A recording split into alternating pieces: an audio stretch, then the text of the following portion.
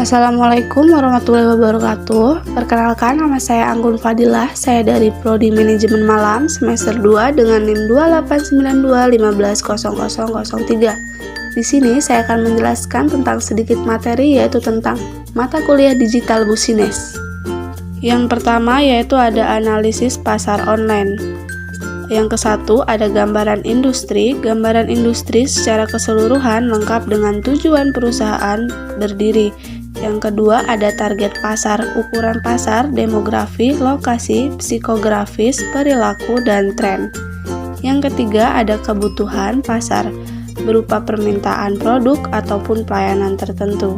Selanjutnya yaitu ada persaingan, persaingan langsung, persaingan tidak langsung, bagaimana Anda berbeda dan hambatan yang dialami.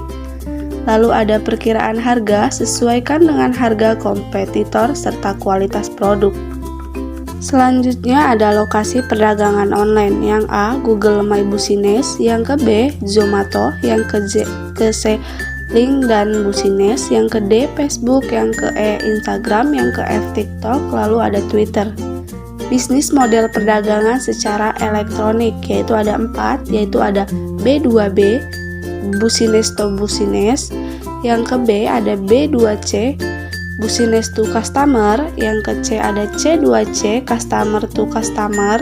Yang ke D ada C2B, Customer to Busines.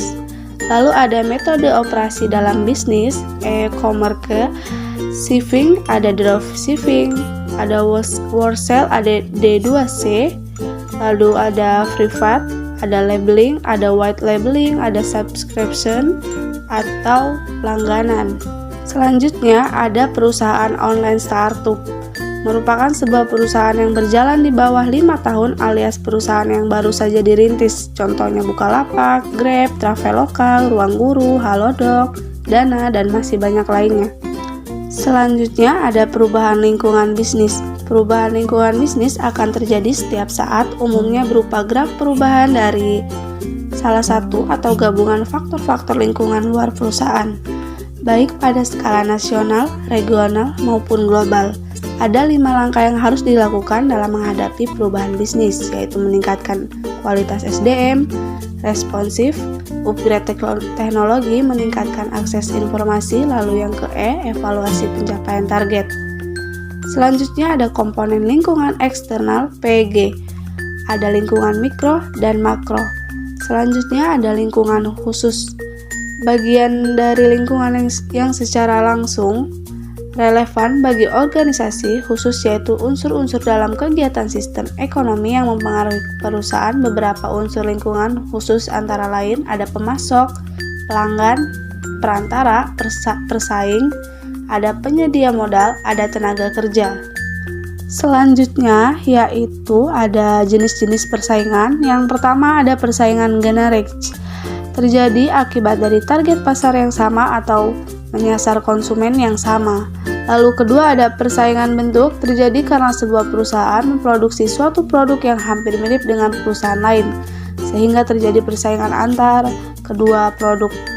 Lalu yang ketiga ada persaingan industri, terjadi ketika sebuah perusahaan membuat produk ataupun kelas produk yang sama. Yang keempat ada persaingan merek, terjadi apabila sebuah perusahaan bersaing dengan perusahaan lain dengan produk yang serupa dan juga memiliki harga yang relatif sama. Next, selanjutnya menurut Suharsil dan Makarov 2010, persaingan usaha dikelompokkan menjadi 2 jenis, yaitu yang pertama persaingan sehat. Persaingan sehat ciri-cirinya yang pertama ada menjamin persaingan di pasar yang inheren dengan mencapai efisiensi ekonomi di semua bidang kegiatan usaha dan perdagangan. Yang kedua ada menjamin kesejahteraan konsumen serta melindungi kepentingan konsumen. Yang ketiga membuka peluang pasar yang seluas-luasnya dan menjaga agar tidak terjadi konsentrasi kekuatan ekonomi pada kelompok tertentu. Yang ke B ada persaingan tidak sehat. Tindakan anti persaingan adalah tindakan yang bersifat mengalami atau mencegah terjadinya persaingan, yaitu suatu tindakan untuk menghindari persaingan jangan sampai terjadi.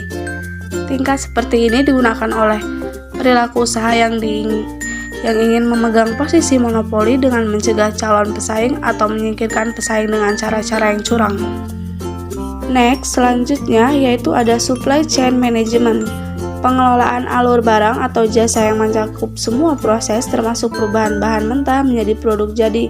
Dengan supply chain management yang efektif, ada beberapa nilai yang dapat ditingkatkan dalam siklus rantai pasokan, yaitu yang pertama, mengidentifikasi potensi masalah, yang kedua, mengoptimalkan dinamika harga, yang ketiga, meningkatkan alokasi persediaan barang. Selanjutnya, yaitu ada masalah pada manajemen rantai pasokan. Dengan berbagai aktivitas dalam lingkup manajemen rantai pasokan, berikut beberapa tantangan dan solusi yang bisa diterapkan, yaitu ada kualitas customer service, ada biaya, ada manajemen risiko, ada hubungan dengan pemasok, ada staf yang berkualitas, lalu ada keterlambatan yang tidak terduga, lalu yang ke G ada pasar yang berubah cepat. Selanjutnya, yaitu ada teknologi dukung supply chain management. Yang pertama ada industri.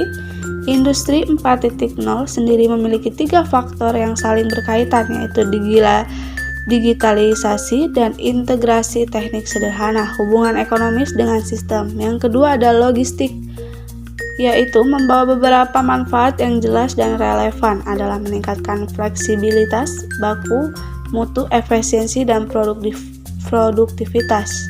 Selanjutnya yaitu ada pelaksanaan supply chain management.